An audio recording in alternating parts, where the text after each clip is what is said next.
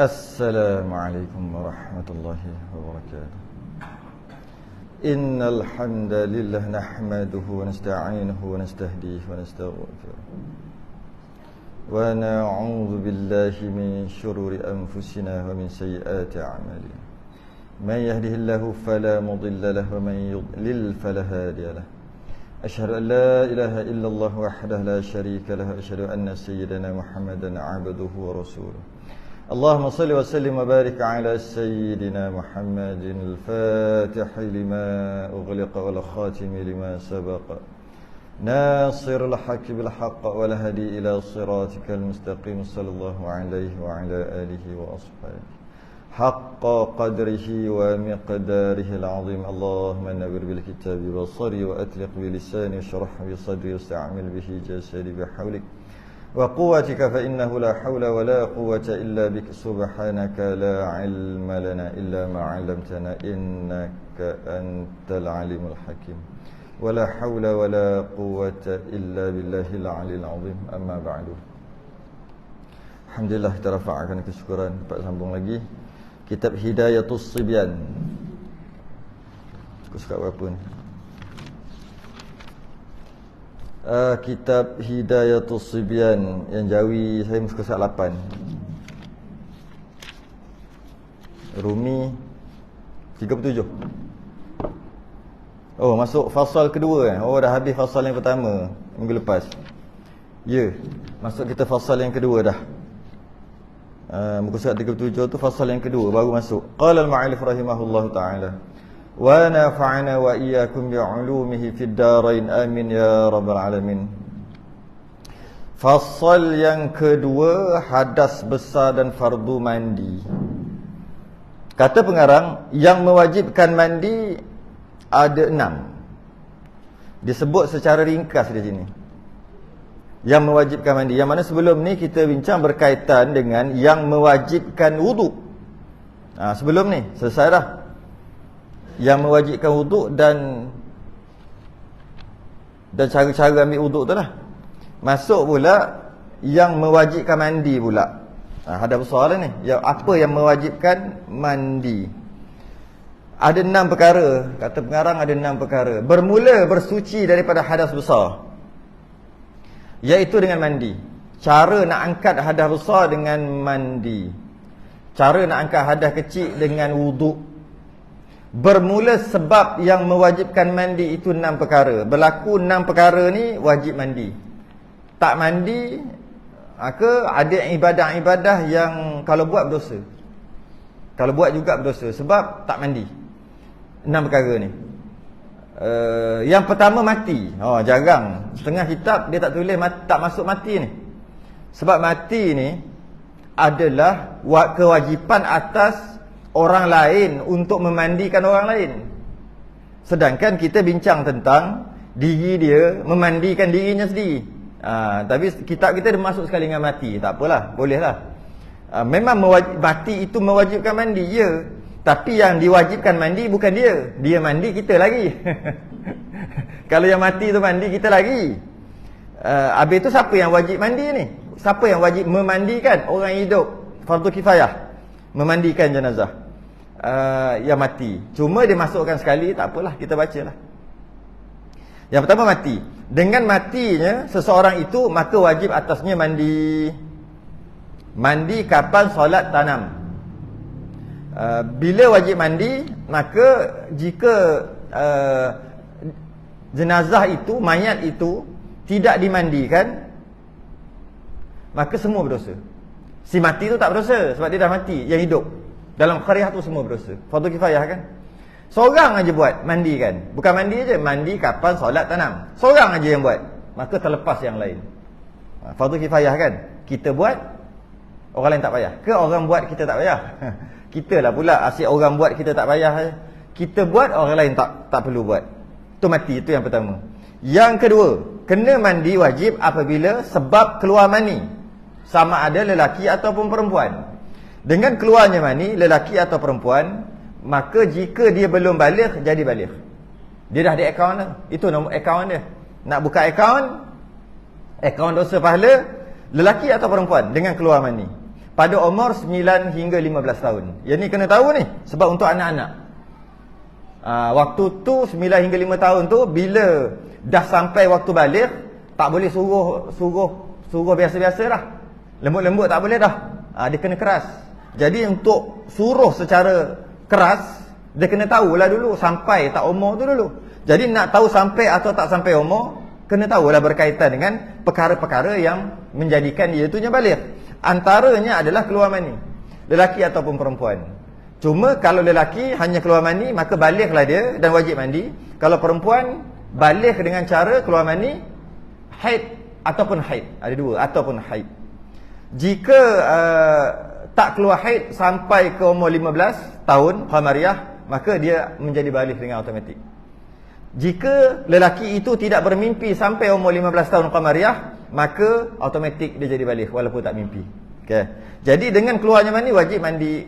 Soalannya, kalau lelaki itu okey lah. Kalau perempuan, kerana dengan keluarnya mani, perempuan tu wajib mandi. Ada ke wanita mempunyai mani? Saya sempat cari satu daripada kisah ibu kepada Anas bin Malik, namanya Ummu Sulaim radhiyallahu anhum. Dia datang kepada Nabi SAW. Dia kata, wahai Rasulullah, sesungguhnya Allah tidak malu dalam menjelaskan kebenaran. Dia lapik dengan tu dulu. Nak tanya straight lah. Ni tak, wahai Rasulullah, Allah tidak malu dalam menjelaskan kebenaran. Apa hal ni? Suspend ni cerita pasal malu dulu. Sebab dia nak cerita benda yang agak memalukan lah selepas apa ni. Tapi ianya berkaitan dengan hukum hakam. Hukum hakam mana boleh malu? Malu berdosa lah. Salah buat berdosa lah. Maka dia kata, sesungguhnya Allah tidak malu dalam menjelaskan kebenaran. Apakah wanita wajib mandi jika dia mimpi basah? Kata Ummu Sulaim, ibu kepada Anas bin Malik. Nabi ada waktu tu. Maka Nabi menjawab, na'am idza ra'atil ma'. Ya, dia kena mandi jika dia melihat air dengan masuk mani, dengan masuk keluar mani. Ummul Mukminin, Ummu Salamah, isteri Nabi, dia ada waktu tu dekat situ. Dia ada sekali lah. Dia tergelak. Dia kata, perempuan pun ada mani. Dia kata gitu. Ada juga. Nabi jawab, fabima yushbihul walad. Kalau perempuan tak ada mani, macam mana anak tu boleh serupa dengan mak?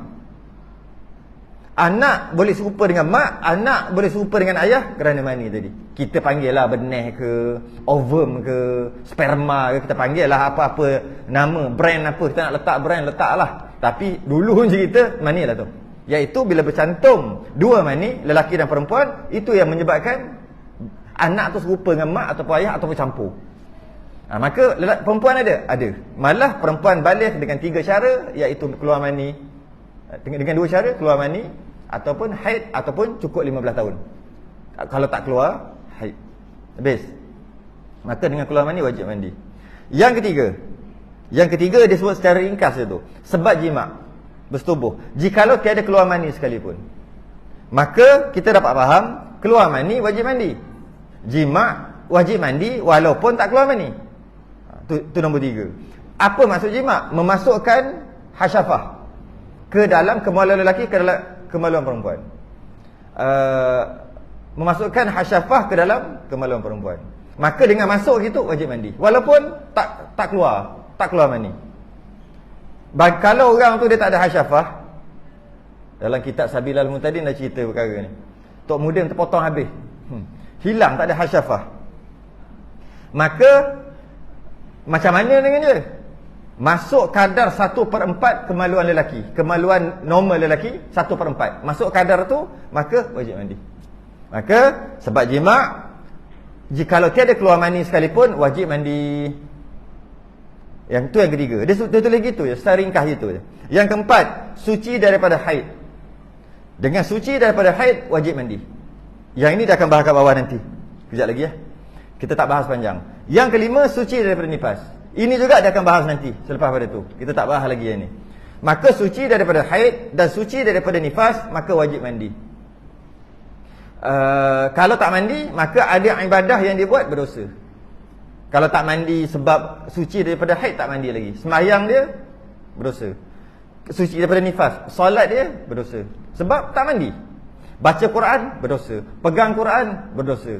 Nampak macam perkara haid nifas ni benda apa ni, tapi dia ada kena mengena dengan dosa pahala. Bila dia ada kena mengena dengan dosa pahala, dia ada kena mengena dengan syurga neraka. Maka kena ambil berat juga dalam bab ni. Yang keenam, wiladah. Wiladah ni dia terang panjang sikit. Wiladah, apa wiladah ni? Wiladah ni nama beranak, melahirkan. Dengan melahirkan, maka wajib mandi. Dia tulis sini, jika berserta dengan basah, wajib mandi dengan ijma' ulama. Jika tiada berserta basah, maka wajib juga mandi atas kaul yang asahnya. Jika melahirkan, keluar anak, maka wajib mandi jika tak ada nifas. Tapi jika dengan keluar anak, keluar sekali dengan darah nifas, mana boleh mandi, nifas ada. Ada seorang tok bidan tu, bukan tok bidan asal, orang lain lah. Dia bersalin, tengah-tengah lepas habis bersalin tu panggil bidan untuk urut. Bila dia panggil bidan untuk urut, bidan tu tengok, dia kata, lah, kenapa muka nampak macam apa dia panggil, sembab macam tu lah, macam sembab lah kita kata kan. Kenapa ni? Sakit beranak ni, sakit. Dia kata, dah mandi dah? Bidan ni kata dia, dah mandi dah? Mandi apa? Kamu tak boleh mandi, kamu tak boleh mandi. Mandi wiladah. Dia silap faham. Mandi wiladah mandi kerana melahirkan, mandi kerana beranak. Nak mandi apa darah nifas ada? Darah nifas tu nanti. Bila kering nifas, mandilah. Ini bab mandi wiladah, dia kata. Maka wajib mandi, dia mandikan. Rupanya haram, berdosa besar. Berdosa bukan berdosa kecil, dosa besar. Mengangkat hadas besar, mandi wajib dalam keadaan ada nifas, termasuk juga dalam keadaan ada haid, dosa besar. Bukan dosa kecil tau. Dosa besar. Kenapa boleh salah faham macam tu? Tengok dalam kitab kita tulis apa. Wajib mandi, antara perkara yang wajib mandi wiladah, iaitu beranak. Okey, jadi maknanya kalau beranak wajib mandi. Kenalah ngaji lebih sikit. Kalau melahirkan tapi darah tak ada, baru wajib mandi. Beranak tapi darah tak ada. Ada ke beranak tak keluar darah? Ada. Yang buat pembedahan tu, Caesar, beranak lah tu, keluar anak ke atas. Dia panggil keluar anak kuat tingkap. Orang kampung kata keluar anak kuat tingkap, bukan kuat pintu. Ni jenis nakal ni. Orang keluar kuat pintu, dia keluar kuat tingkap. Bila buat pembedahan, kebiasaannya memang keluar darah selepas pada tu. Tapi ada orang ramai juga tak keluar darah. Maka bila tak keluar darah, dah buat pembedahan, dah jahit semua siap lah. Dia tak jahit, dia gam sekarang ni. Dah gam siap semua, anak dah ada dah. Sekarang keluar tak nifas? Tak keluar. Bila tak keluar nifas, wajib solat.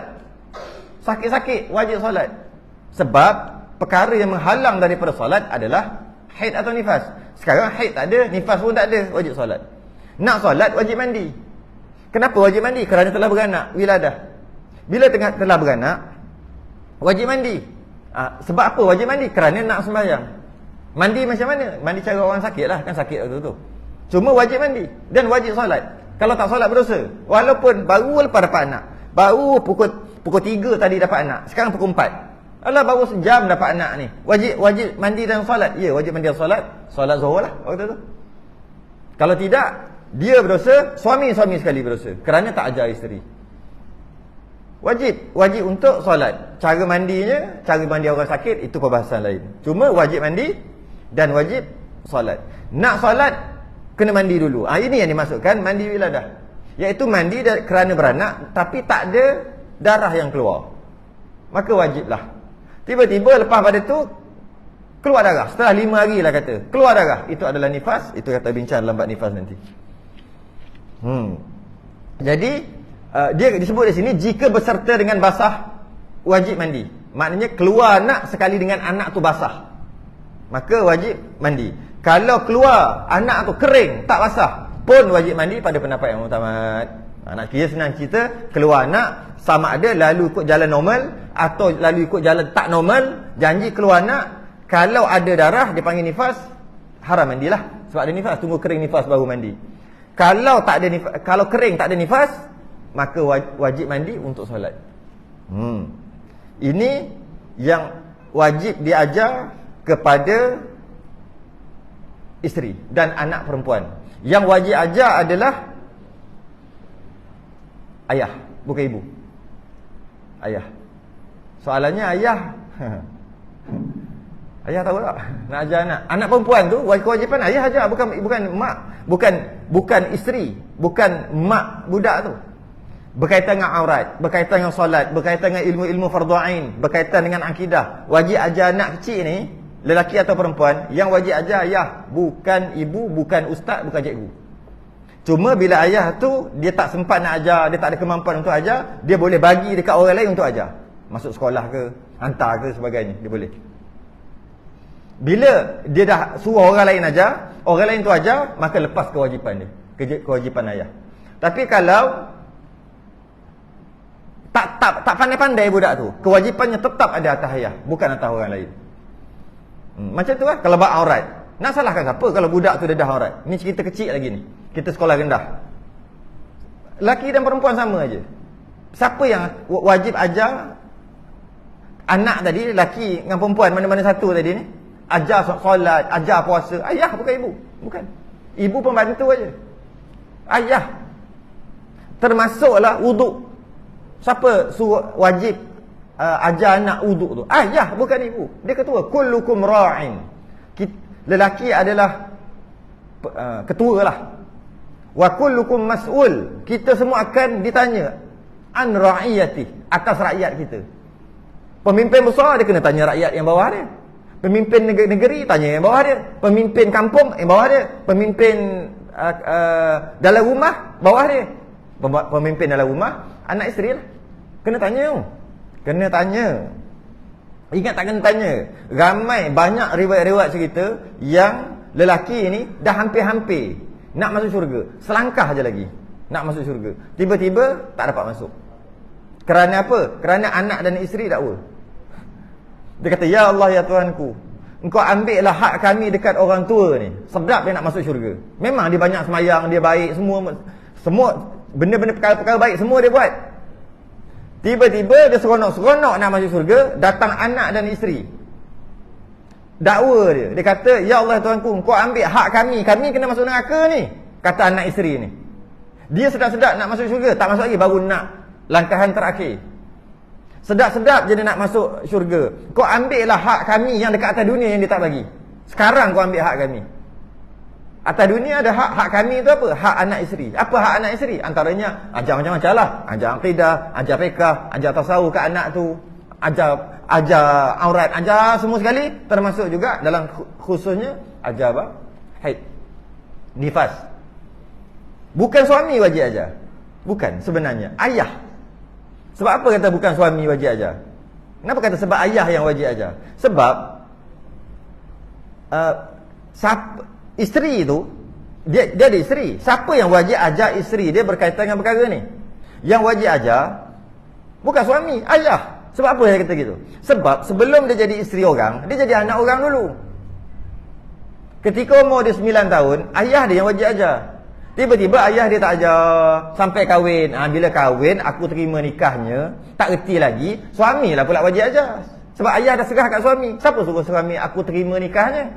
Maka kena terimalah. Kau tak reti semayang, maka wajib ajar isteri tu semayang. Siapa wajib ni? Suami. Sebab apa suami wajib ajar? Sebenarnya suami tak wajib. Ya wajib ajar ayah. Dah ayah tak lakukan kewajipan, maka berdosalah ayah. Sekarang ni suami pula. Suami pula 2 kali 5 tak peduli, tak pandai-pandai lah.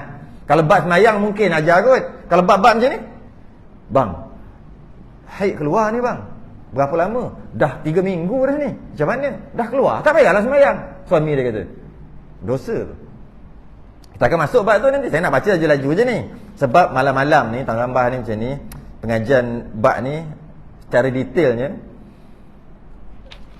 saya rasa pening nanti, pakat-pakat pening pula. Tapi itulah, atas rasa tanggungjawab, saya ada karang satu buku berkaitan dengan fiqh wanita. Ada cetakan terbaru, boleh saya dapatkan di Shopee. Boleh, saya rasa saya ada bawa. Kal, tu dia ambil satu kat bonet. 2-3. Tak ingat, ada rasanya ada letak kat dalam bonet. Kenapa saya karang satu buku ni? Kerana bila masuk kuliah muslimat, saya ada kuliah muslimat sebelum ni di Lembah Kelang lah. Sekarang ni di Kuantan. Antara mereka ni siapa ni? Anak isteri kita lah. Bukan tengok mereka, oh mesti orang perempuan ditemerloh. Bukan, anak bini kita. Kadang-kadang kita sebut rasa macam orang lain aja, tak terasa diri kita. Anak isteri kita, antara kelemahannya adalah bab ni. Sebab dia anggap perkara ini memalukan dan mu ada benda tu, pandang-pandang mu lah. Aku tak ada muka tu. Jadi aku tak peduli. Dia anggap gitu. Sedangkan ia ada kena-mengena dengan dosa pahala, dia ada kena-mengena dengan syurga neraka. Malah kalau hal perempuan saja tak apa. Kalau dia punya hal tak apa, masalahnya dia terbabit dengan orang lelaki kita sekali.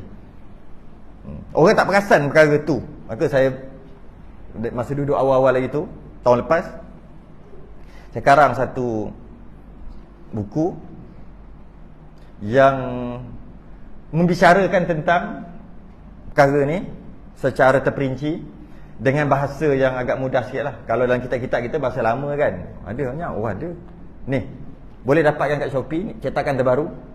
Saya rasa kat sini pun ada kot dalam kereta sikit lagi. Nama tajuk dia Risalah Al-Mahid. Risalah Al-Mahid lil Mubtadi'in. Ni saya ambil petik sedikit daripada kata-kata Imam Nawawi dalam masalah ni belakang ni. Ketahuilah bahawasanya bab fiqh wanita berkaitan dengan darah-darah wanita dan hukum hakam berkaitan dengannya adalah di antara bab yang sukar untuk difahami. Dia lagi susah daripada bab semayang. Bab semayang rasa susah lah. Dia lagi susah. Dia adalah perkara yang paling susah dalam fiqh. Kita rasa bab faraid senang susah. Bab faraid payah. Dia lagi susah pada bab faraid. Kalau kata bab faraid pening malah ngaji nanti pergi amanah raya ke, pergi pejabat tanah ke, masuk mahkamah lah tentu, malah fikir 1/2, 1/6, 1/4 kepala mayat, pening kepala lah, tak mau aku peduli lah. Nanti susah tak? Ini jauh lagi susah. Tapi agak-agak ada tak anak isteri belajar ni? Tak peduli. Kata Imam Nawawi, sangat sukar untuk difahami dan ia juga di antara perkara yang sering berlaku kesalahan padanya oleh ramai ulama besar. Ulama pun silap faham.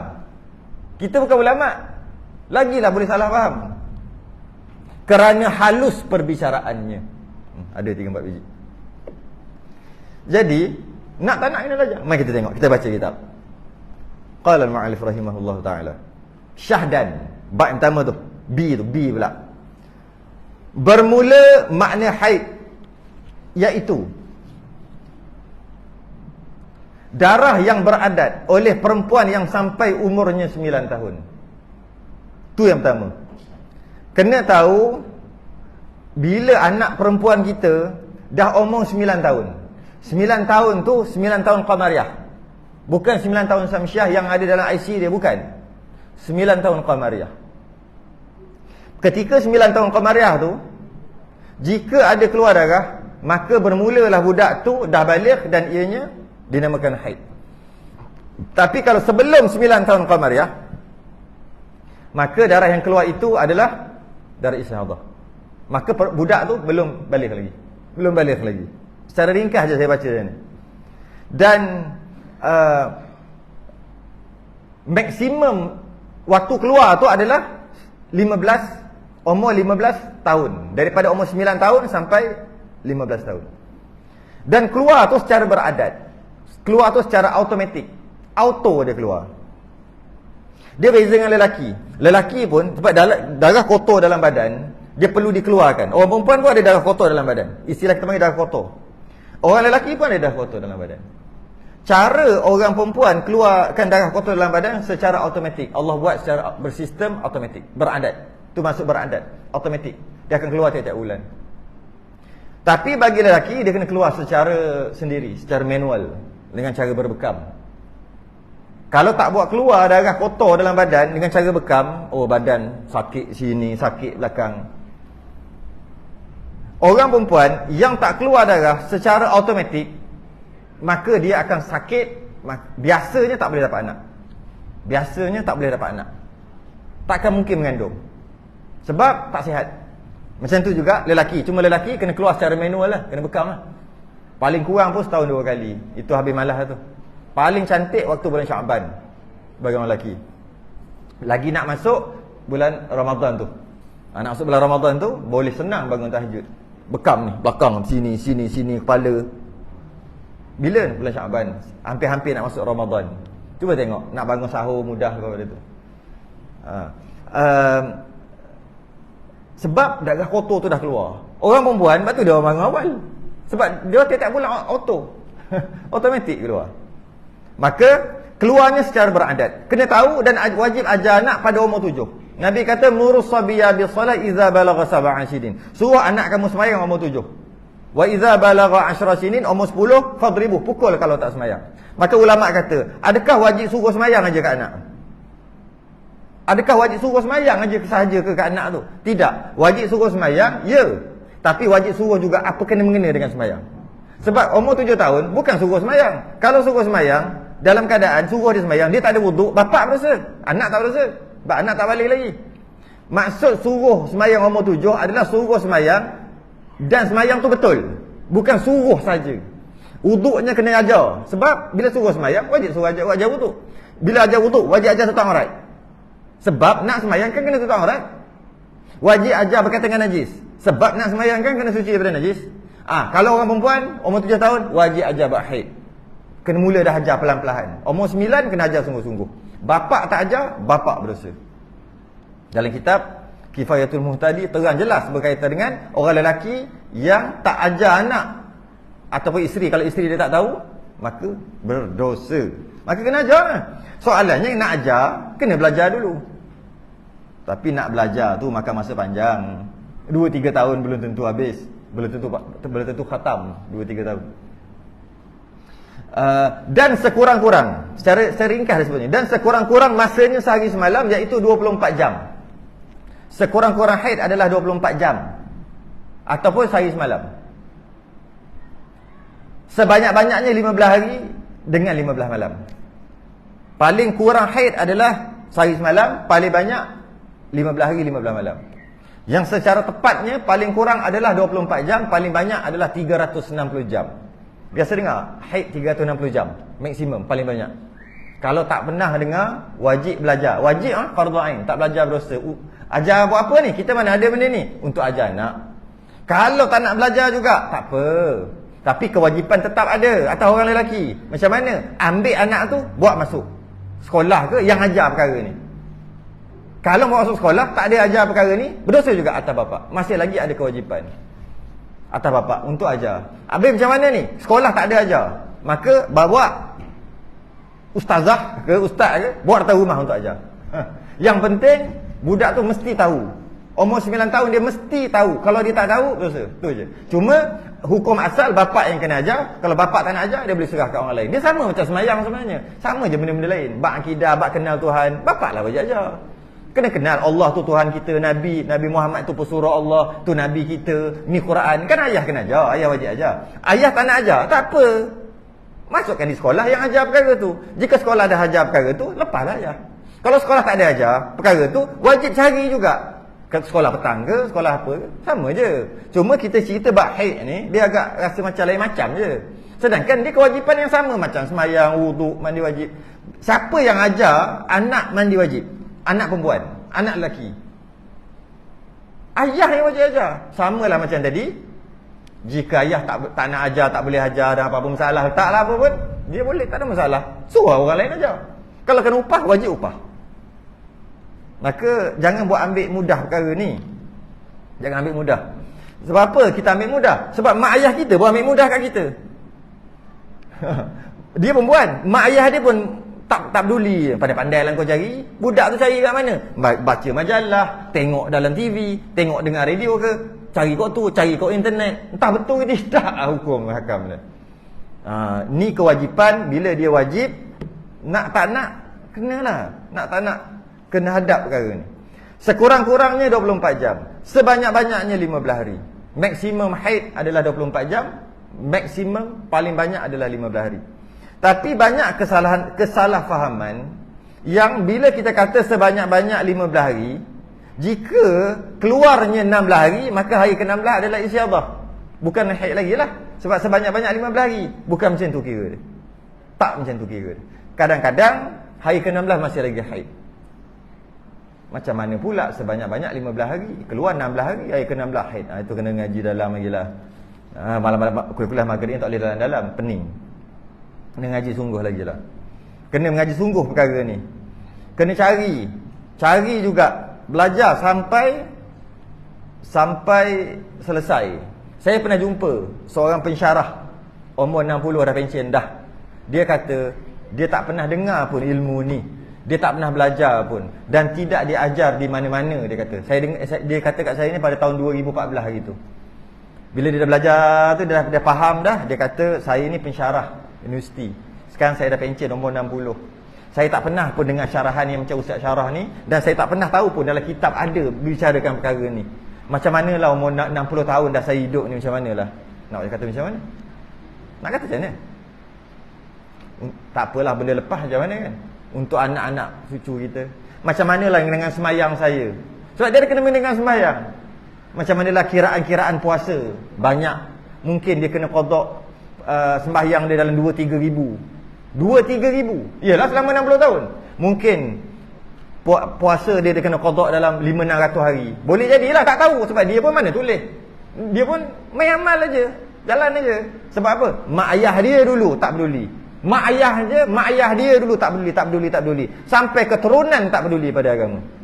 Akhir sekali dia kata, biar tak apalah. Saya adalah penutup keturunan yang tak peduli pada agama ni. Lepas ni semua peduli dah. Maksud tak peduli pada agama tu bukan semualah. Mungkin bab akidah tak ada masalah. Cuma dalam bab ni je lah. Dalam bab. Dan takkan kita nak macam tu juga kita dah lah mak ayah kita, tok nenek memang tak pernah dengar, mesti dia orang tak ajar. Dan sampai kita keturunan kita pun sama juga. Kita nak macam tu juga ke? Biarlah kita yang terakhir, kita penutup. Kejahilan dalam bab ni kita adalah penutup. Bawah pada ni anak-anak cucu cicit kita semua dah pandai. Sekurang-kurangnya dalam bab ni lah. Sebenarnya bukan bab ni aja. Semua bab lah. Bab akidah, bab solat, bab semualah, bab semua. Tapi kita dah bahasannya khusus dalam bab ni lah. Jadi kena mengaji. Bermula kebanyakan perempuan haid ia 5 hari atau 6 hari atau 7 hari dengan malamnya. Normalnya 5, 6 atau 7. Normal, kebiasaan. Tapi ada juga sampai 15, ada juga cuma sehari 2 hari saja. Cuma kalau lebih daripada 15, dia panggil mustahadah. Maka dia ada perbicaraan dia tentang mustahadah yang sangat panjang perbahasannya, yang perlu belajar tentang tamyiz, perlu belajar tentang adah, perlu belajar tentang mani'. Semua kita tak pernah dengar. Dalam tu semua ada. Dalam pengajian ni semua ada. Kalau tak pernah dengar, maknanya tak pernah belajar. Boleh dikatakan majoriti tak pernah belajar pun. Majoriti. Nak buat macam mana? Salah lah dalam dia menguruskan kehidupan dia. Ketika haid mana isyaddah, mana ada darah, wajib semayang.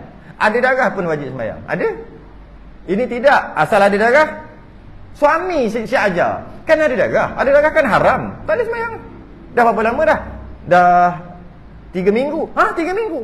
Mak saya lagi lama. 3 bulan tak semayang sebab ada darah. Oh, jang gini. Jang. Kadang-kadang mak dia ajar. Paling banyak 15. Kalau masuk hari ke-16 ada lagi mandi semayang.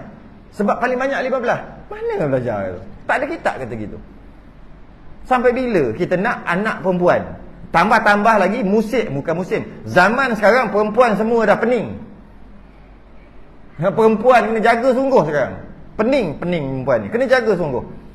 Kena jaga isteri, lebih-lebih lagi kena jaga anak. Sebab zaman dia akan datang tak tahu macam mana.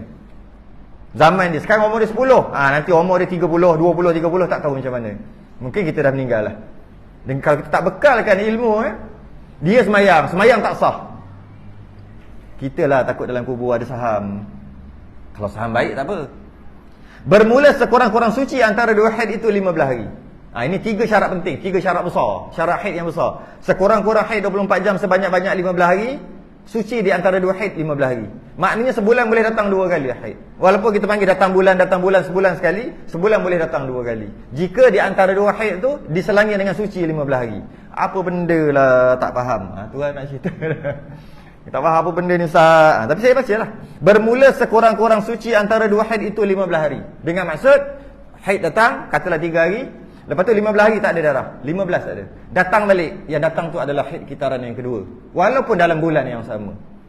Tak semestinya sebulan sekali. Tak semestinya. Cuma kebiasaannya sebulan sekali. Best. Ringkas-ringkas aja. Nifas yang kedua. Saya buat ringkas tu. Yang kedua. Bermula makna nifas, iaitu darah yang keluar ia kemudian daripada beranak. Nifas pula. Anak dah berapa? Anak 8. Orang lelaki mungkin kita tak boleh salahkan sangat, tapi tetap salah juga sebab dia yang kena ajar isteri. Orang perempuan sendiri pun, anak berapa dah? 8 anak. Nifas pun tak kerti. Sekurang-kurang nifas berapa hari? Sebanyak-banyak nifas? Tak tahu. Ada darah nifas, pantang. Pantang tu pantang makan. Tu bukan pantang semayang. Pantang tu pantang adat kita. Orang Melayu bila dia pantang, maka dia tak boleh makan yang gatal-gatal, tak boleh makan yang sejuk-sejuk, makan yang panas-panas dan sebagainya. Itu yang panggil pantang. Itu pantang makan. Tak boleh berjalan, nanti bentan, tak boleh itu pakai macam-macam dan sebagainya. Kan? Itu pantang dari sudut kesihatan. Dari sudut sembahyang, dia tak tengok tu. Bukan tengok 40 hari, 44 hari. Sampai sekarang ada lagi 40 hari ataupun 44 hari. Tak semayang, tak buat apa, terbaring je 44 hari.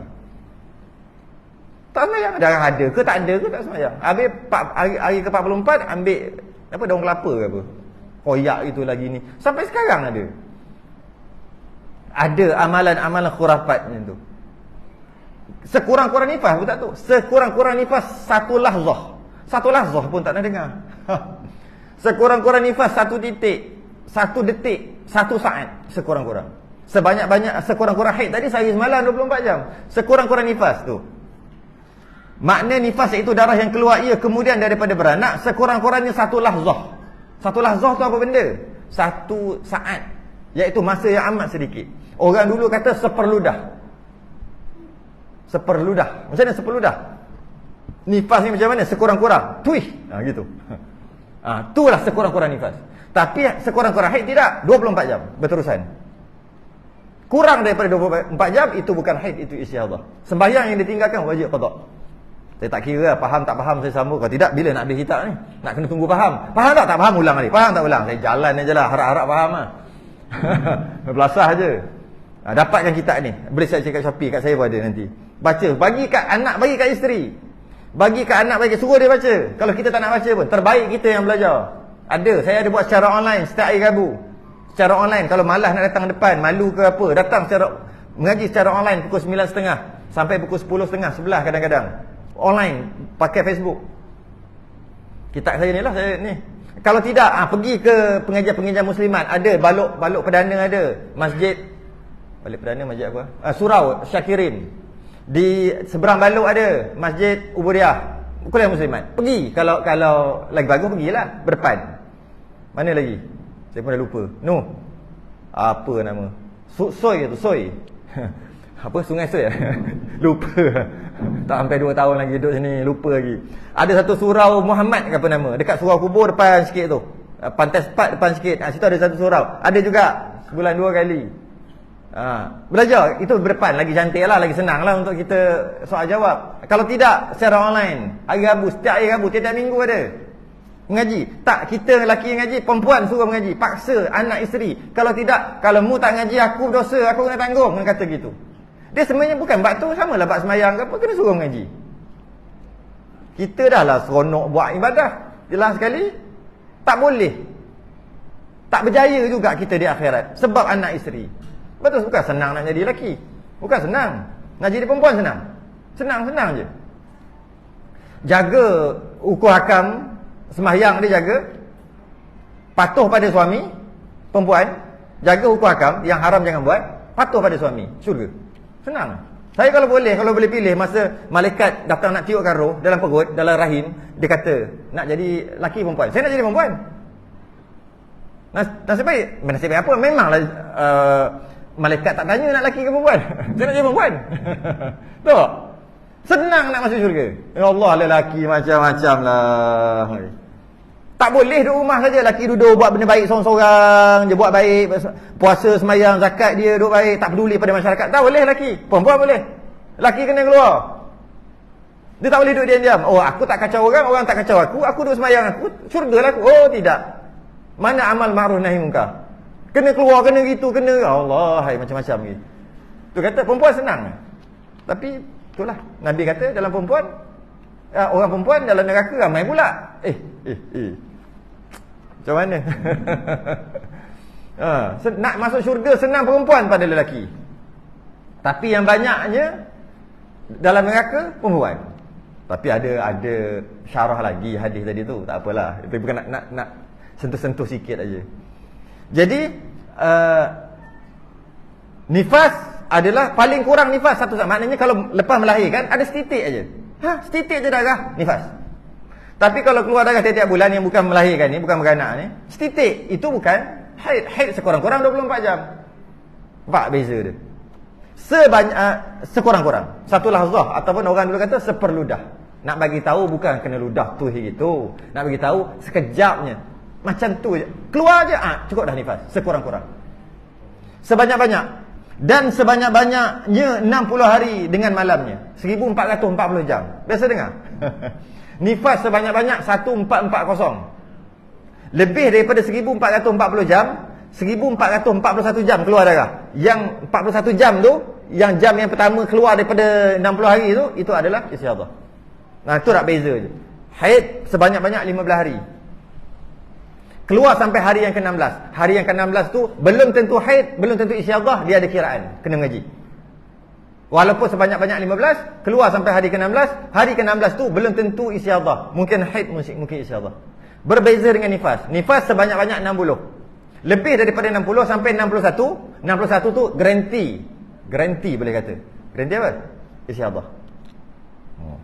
Istiadah tu dengan maksud wajib mandi dan wajib solat lah. Sebanyak-banyak 60 hari, 60 malam. Bukan 40, bukan. Jadi kalau ada orang tu, dia keluar 20 hari. Hari ke-21, dia tak semayang lagi. Berdosa lah. Dia berdosa, suami dia pun berdosa. Biasanya, macam mana boleh jadi sebanyak-banyak nifas? Yang kata 60.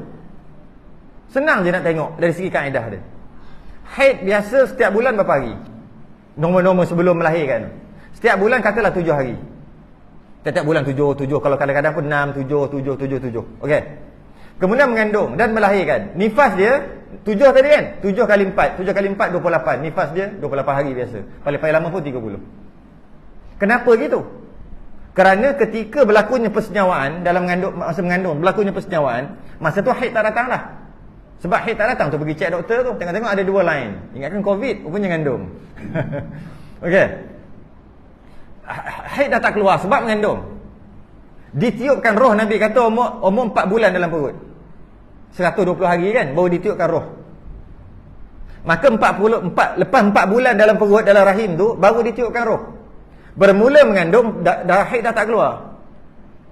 Dah haid dah tak keluar dah. Jadi kalau biasanya haidnya keluar 7 hari, biasanya 7 hari sebulan yang sebelum-sebelum, kalaulah nak kira ketika mengandung pun keluar juga, maka bulan pertama 7, bulan kedua 7, bulan ketiga 7, bulan keempat 7 lah. Tapi tak keluar. Dia ada dalam tu. Dia ada dalam.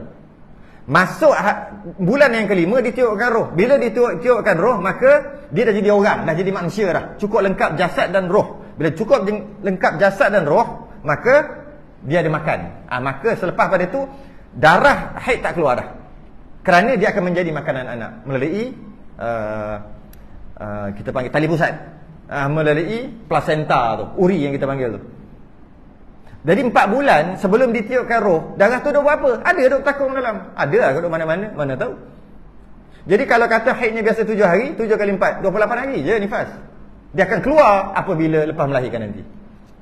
Dia akan keluar. Jadi boleh tahu dah, haid biasa 6 hari, biasanya nifas 25, 24 gitu je. Kita pun tak perasan. Bukan ke tu? Orang lelaki tak perasan. Jadi bila dah tahu, kena tanya isteri tu. Dah kering ke belum? Dalam pantang lagi bang. Pantang tu pantang makan, pantang berjalan, pantang pergi shopping komplek. Pantang tu pantang ni. Bukan pantang semayang. Pantang semayang darah tu. Tak ada darah wajib semayang. Awak tak semayang saya tanggung usul ni.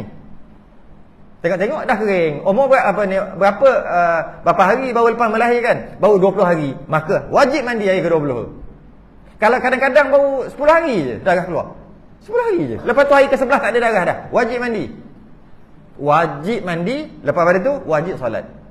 Sebab pantang-pantang teruskan pantang 60 ke 100 hari ke pantang terus pantang. Pantang makan, pantang apa teruskan. Tapi semayang tak boleh pantang. Ini dia pantang dengan semayang sekali. Maka yang salah adalah diri dia, dan yang salah juga adalah suami dia kerana tak ajar kat dia. Dan yang ghalib, Allah panjang lagi sampai tanbih, kita berhenti kat tanbih kan. Dan yang ghalib perempuan itu nifas 30 hari atau 40 hari dengan malamnya. Itu ghalibnya, kebiasaannya 30-40 hari. Itu ghalib aja, tak semestinya. Bermula darah yang keluar ia kurang daripada masa sekurang-kurang haid atau lebih daripada sebanyak-banyaknya, atau darah yang lebih daripada masa sebanyak-banyak nifas, iaitu darah istihadah namanya. Bukan ia darah haid dan darah nifas. Keluar darah kurang daripada sekurang-kurang haid. Keluar darah cuma 5 jam lepas tu berhenti. Maka lepas berhenti tu wajib sembahyang. Dan tak wajib mandi sebab 5 jam tak cukup 24 jam. Dia bukan haid. Yang kedua, lebih daripada sebanyak-banyak, atau darah yang lebih daripada masa sebanyak-banyak nifas. Dah sebut tadi, iaitu istihadah, bukan darah haid dan bukan darah nifas. Sebab lebih daripada sebanyak-banyak.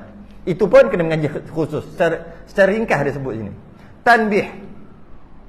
Bermula darah yang berputus-putus masa keluarnya di dalam masa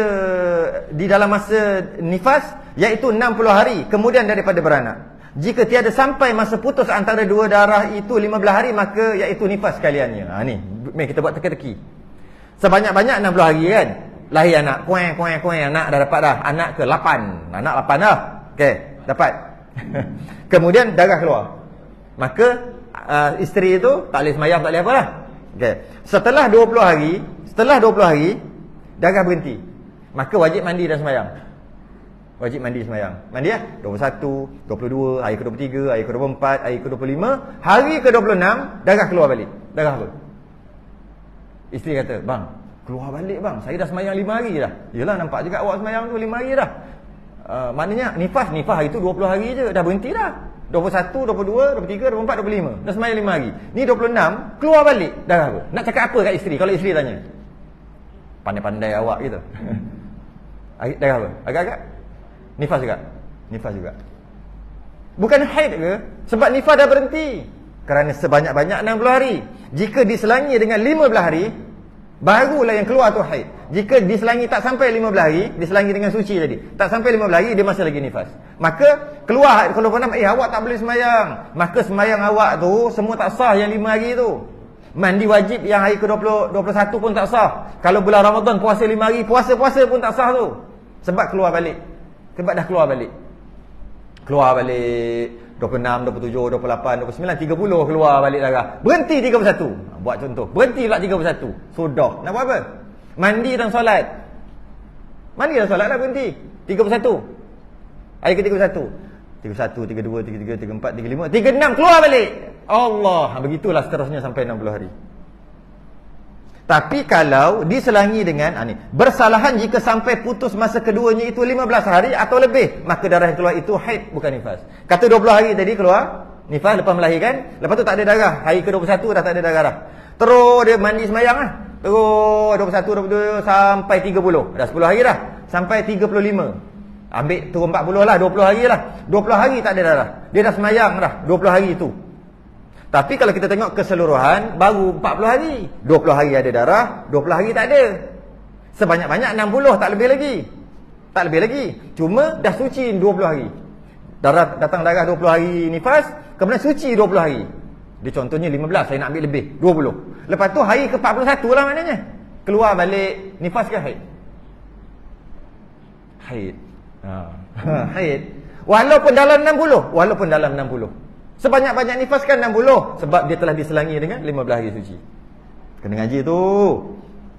Itu mudah-mudah je. Dia banyak lagi. Dia pembahagian kepada 7 pembahagian. Muqtada'ah mumayyizah, muqtada'ah ghair mumayyizah, muqtadah mumayyizah, muqtadah ghair mumayyizah, mutahayyirah mutlaqah. Pembahagian orang istihadah. Banyak lagi. Itu yang basic aja.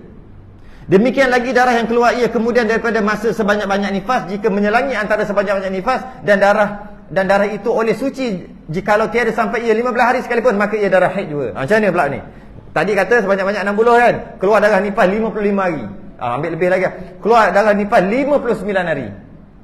Ambil straight, lama nifas tak 59, tapi masih lagi tak lebih 60. Berhentilah hari ke 60, maka nifas 59 hari. Setuju tak?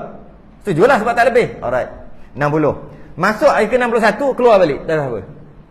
Haid, walaupun tak cukup 15 hari suci. Ya, tu dia nak beritahu kat situ. Haid, walaupun tak cukup 15 hari suci, dengan syarat lebih daripada 60.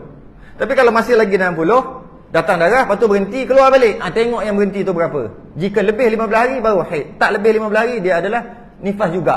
Tapi kalau lebih 60 hari dia adalah haid dah. Dengan syarat kena berhenti.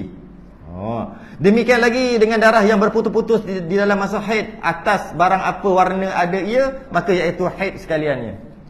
Tiba-tiba dia kembali balik bab haid. Dalam bab haid pula dia kata, kalau datanglah dalam masa 15 hari itu, datang kejap ada, kejap tak ada, kejap ada, on off, on off, on off, on off, on off, ada tak ada, ada tak ada. Kemudian berhenti, tapi berhenti itu masih lagi dalam 15 hari, maka semua adalah haid. Contohnya hari ni ada darah, ni haid pula, ni bukan nifas. Hari ni ada darah, esok tak ada, maka esok tu dia kena mandi dan sembahyang. Lusa ada balik, haid balik.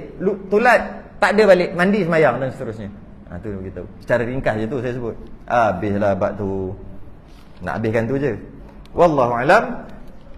Fardu mandi. Masuk lepas tu, jika telah berlaku mati, telah berlaku keluar mani, telah berlaku jima', telah berlaku haid, telah berlaku nifas, telah berlaku wiladah melahirkan, lepas pada tu kena mandi. Kena mandi, wajib mandi. Maka macam mana pula nak mandi? Apa syarat-syaratnya? Itu yang akan datang. Fardu mandi, syah dan bermula fardu mandi itu dua perkara. Niat mengangkat hadas dan sebagainya. Tangguh dulu.